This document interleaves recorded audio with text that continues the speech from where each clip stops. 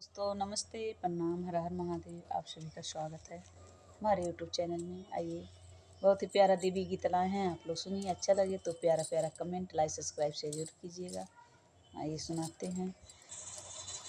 कहवा लगई बो मैया या मावा जमुनिया हो कि कहवा लगई बो ना, कहवा लगई बो मैया या मावा जमुनिया हो कि कहवा लगई बो ना। मैया नी मिया के गछिया हो कि कहवा लगइबो ना। मैया मोरी नी मिया के गछिया हो कि कहवा लगइबो ना।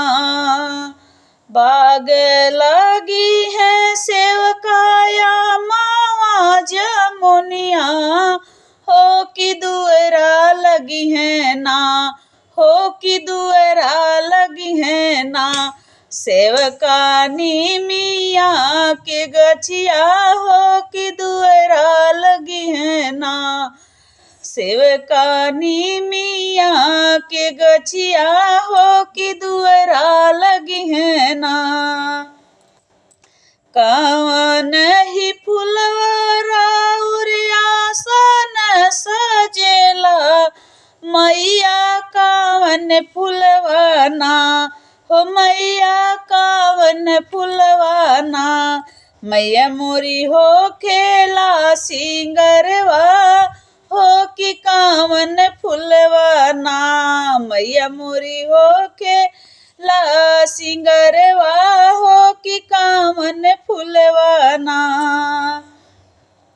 बेली चमेली सजे, बेली चमेली सेवका सजेला आसनवा हो कि अढ़उल फुलवाना।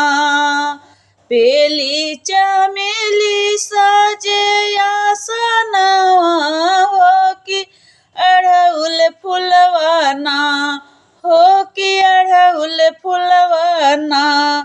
हो खेला सिंगार हो कि अढ़उल फुलवाना, हो खेला सिंगरवा हो कि अढ़उल फुलवाना। कहवा लगइबो मैया मावा जमुनिया हो कि कहवा लगइबो ना। मैया मोरी नी मिया के गछिया हो कि कहवा